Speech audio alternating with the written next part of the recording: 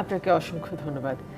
আমার দুজন সহ আলোচককেও ধন্যবাদ। আমি খুব মনোযোগ দিয়ে ওনাদের কথা শুনলাম। আমি হেলাল ভাইয়ের কিছু কথার সঙ্গে একমত, আবার একই সঙ্গে আমি তাজ ভাইয়ের কিছু কথার সঙ্গে একমত। পুরো বিষয়টাকে আপনি বিভিন্ন অ্যাঙ্গেল থেকে দেখতে পারেন।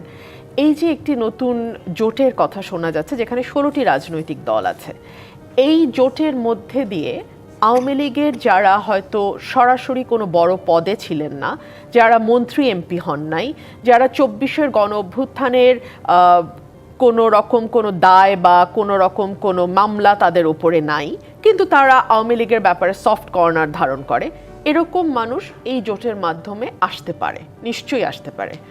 দুই হচ্ছে, নির্বাচন বানচাল করবার ব্যাপারে আওয়ামী লীগের একটি পরিকল্পনা আছে। এটা আমি বলছি না, বা এটা মানে আর কেউ বলছে না, এটা একেবারে স্বয়ং শেখ হাসিনার সন্তান সজীব ওয়াজেদ জয়, তিনি তার যেই ইন্টারভিউ দিয়েছেন সেখানে তিনি পরিষ্কার বলেছেন যে এই নির্বাচনকে আমরা বানচাল করতে চাই যদি সেটা আওয়ামী লীগকে ছাড়া হয়। সো এই জোটের মধ্যে দিয়ে আওয়ামী লীগ যদি তাদের কিছু ক্যান্ডিডেটকে পুনর্বাসিত করতে চায়, তাদের কোনো সমর্থককে তারা পলিটিক্সে আনতে চায়, তারা যে নির্বাচনটাকে ঘিরে কোনো রকম ষড়যন্ত্র করবে না বা নির্বাচনটাকে বানচালের কোনো চেষ্টা করবে না, এটা আমরা হলপ করে বলতে পারি না। But at the same time আমি কিন্তু ডে ওয়ান থেকে একটা কথা বলেছি, পলিটিক্যাল পার্টি আপনি কাগজ কলমে নিষিদ্ধ করে কোনো লাভ হবে না। আমাদের আজকের আলোচনার টেবিলে হেলাল ভাই যে দল করেন, সেই দলও কিন্তু শেখ হাসিনা লাস্ট মোমেন্টে নিষিদ্ধ করেছিল 14 জুলাই। এর আগেও কিন্তু মানে জামাত শিবিরের ব্যাপারে তাদের নিবন্ধন বাতিল করা ছিল। সো সকলভাবে চেষ্টা করা হয়েছে দলটিকে কোণঠাসা করে, কর্নার করে একেবারে শেষ করে দেওয়ার, সেটা কিন্তু হয় নাই, পারা যায় নাই। এখন তো জামাতও চাইছে তার অন্য এই ইভেন তারা আজকে যেটি বললেন আমাকে ডক্টর হেলাল ভাই, যে এই 16টি দলকেও তারা নিষিদ্ধ করার পক্ষে আমি সেটাই বললাম যে আমরা যদি অতীতের দিকে তাকাই, আমরা দেখব যে নিষিদ্ধ করে আসলে কোনো সমাধান হয় না। ধরুন মুসলিম লীগ, এটা কিন্তু বাংলাদেশে এই দলটা এখনো রাজনীতি করে, মুসলিম লীগ নামের দলটি এখনো বাংলাদেশে রাজনীতি করে, কিন্তু এটার কর্মী আছেন কতজন, নেতা আছেন কতজন, সমর্থক কতজন, ভোটার কতজন, এটা আপনি আমি ম্যাগনিফাইং গ্লাস দিয়ে খুঁজেও বের করতে পারবো না। কিন্তু যেই দলটি হয়তো গত বছর জুলাইতে অগাস্টে নিষিদ্ধ হয়েছে, বা যেই দলটির কার্যক্রম 15 বছর ধরে নিষিদ্ধ ছিল, তারা কিন্তু প্রবল প্রতাপে রাজনীতির মাঠে কাজ করে বেড়াচ্ছে। সো আপনি কাগজে কলমে নিষিদ্ধ করে কোনো লাভ হবে না যদি না মানুষের মন থেকে আপনি তাদেরকে সরাতে পারেন। কিছুদিন আগে ডেভিড বার্গম্যানের একটা জরিপ, মানে ওর একটা জরিপের ওপর ওনার একটা লেখা ছাপা হয়েছে। ইয়াং অর্গানাইজেশন বা এরকম ইউথ অর্গানাইজেশন, এরকম একটা কোন অর্গানাইজেশন এই জরিপটি পরিচালনা করেছে। 2500 সামথিং তরুণের উপরে এই জরিপটি করা হয়েছে, যাদের বয়স 18 থেকে 35-এর মধ্যে। সারা বাংলাদেশ জুড়ে জরিপটি হয়েছে এবং সেখানে বলা হয়েছে তরুণদের মধ্যে, 18 থেকে 35 বছর বয়সী তরুণদের মধ্যে 20% বলেছে বিএনপিকে ভোট দেবে, 17% বলেছে জামাতকে ভোট দেবে, আর 9% এক্সপ্রেসলি বলেছে বা 10% আওয়ামী লীগকে ভোট দেবে। আর বলেনি কোনো দলের প্রতি সমর্থন, অনিশ্চিত ভোটার সংখ্যা সবচেয়ে বেশি। এবং বলা হচ্ছে তাদের সাথে যদি আপনি, তাদের একটা বড় অংশ যদি আওয়ামী লীগের সাপোর্টার হয়, তাহলে সেটা 19 থেকে 20 বা তার উপরেও আওয়ামী লীগের সমর্থন চলে যেতে পারে। এখন মানুষের মন থেকে যদি আপনি দলটিকে মুছে না ফেলতে পারেন, আপনি যতই নতুন আইন আনেন, যতই নতুন করে আপনি তাদের নিষিদ্ধ করেন, বা তাদের সাথে যারা অ্যালায়েন্সে ছিল বা তাদেরকে যারা 15 বছর সমর্থন দিয়ে গেছে, দেখুন সমর্থন যে দিয়ে গেছে এটা তো মানুষের কাছে স্পষ্ট।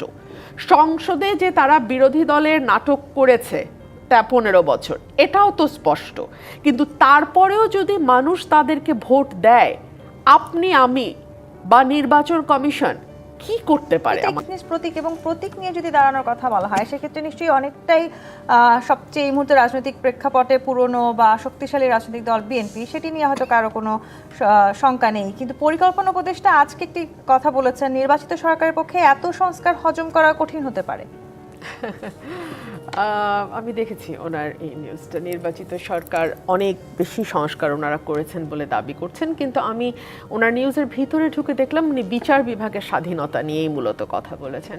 বিচার বিভাগের স্বাধীনতার ব্যাপারটা কিন্তু আমাদের সকল রাজনৈতিক দলেরই একটা দাবি ছিল অনেক আগে থেকে, এবং বিচার বিভাগকে পলিটিসাইজ করবার যে মাসুল বাংলাদেশকে দিতে হয়েছে এবং রাজনৈতিক দলগুলোকে স্পেশালি দিতে হয়েছে, এখানে জুডিশিয়াল কিলিং পর্যন্ত হয়েছে।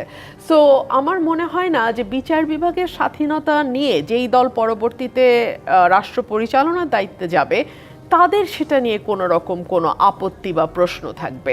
বাংলাদেশে আইন মন্ত্রণালয়ের অধীনে দীর্ঘদিন আমাদের নিম্ন আদালত মূলত কাজ করেছে। নিম্ন আদালত যদিও সংবিধানের 22 অনুচ্ছেদ আমাদের বিচার বিভাগের স্বাধীনতার কথা বলছে, কিন্তু একই সঙ্গে যদি আপনি 22-এর সঙ্গে 116, 115টা দেখেন, আপনি দেখবেন যে সেখানে বিচার বিভাগের নিম্ন আদালতে বিচারকদের নিয়োগ, বদলি, তারপরে তাদের পদায়ন সকল কিছুই আইন মন্ত্রণালয়ের হাতে ছিল।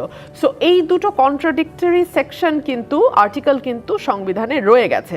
সো সেই জায়গা থেকে যদি নিম্ন আদালতের এই মানে বিচারকদের বদলি, নিয়োগ এগুলো একটা ইন্ডিপেন্ডেন্ট কমিশনের কাছে যায়, যেটা সুপ্রিম জুডিশিয়াল কাউন্সিলের কথা বলা হচ্ছে, এবং একটা আলাদা সচিবালয় থাকবে, আলাদা বাজেট থাকবে, এবং বিচার বিভাগের সকল কিছুই নিয়োগ থেকে শুরু করে একেবারে বরখাস্ত পর্যন্ত বা একেবারে পুরোটুকুই তাদের তত্ত্বাবধানে থাকবে, তাদের হাতে থাকবে। তাহলে আমার মনে হয় এই যে আমরা জজ নিয়োগের সময় পার্টিজান মানুষ খোঁজা হয়, এবং বিশেষ করে গত 15 বছরে তো আমরা এটাও দেখেছি যে একজন সুপ্রিম কোর্টের বিচারপতি বলছেন যে আমি শপথবদ্ধ রাজনীতিবিদ, না কি শপথবদ্ধ রাজনীতিবিদ। তো এইরকম অদ্ভুত ঘটনা ঘটেছে। আমাদের চিফ জাস্টিস সিটিং একজন প্রধান বিচারপতিকে বন্দুকের নলের মুখে দেশ ছাড়তে হয়েছে, এবং সেটা নিয়ে এখন পর্যন্ত বিচার বিভাগ থেকে কোনো রকম কোনো আওয়াজ আমরা শুনি নাই। কোনোদিন বিচার বিভাগের এইটুকু সাহস বা শক্তি হয় নাই যে এই কথাটি যিনি বলেছেন বা যে বলে মানে দম্ভ নিয়ে আমরা তাপসকে বলতে শুনেছি যে আমি দিয়েছি বিদায় করে প্রধান বিচারপতিকে, কিন্তু তার বিরুদ্ধে যে একটা রুল ইস্যু করা বা তার বিরুদ্ধে যে একটা কন্টেম্পট ইস্যু করা বা তাকে যে আদালতে তলব করা, এইটুকু আমরা কিন্তু দেখি নাই সেই সময়। সো আমাদের এটার যে একটা মানে ধাক্কা, এটা কিন্তু সবচেয়ে বেশি গেছে বিরোধী দলের উপর। ধরুন এই যে তত্ত্বাবধায়ক সরকার বাতিল করা সংবিধান থেকে, কোথায় হলো এটা শুরুতে, এবং এটা কার মাধ্যমে এইটা এক্সিকিউট করা হলো কিন্তু আদালতের ঘাড়ে বন্দুকটা রেখে করা হলো, বিচারকদের ঘাড়ে বন্দুকটা রেখে।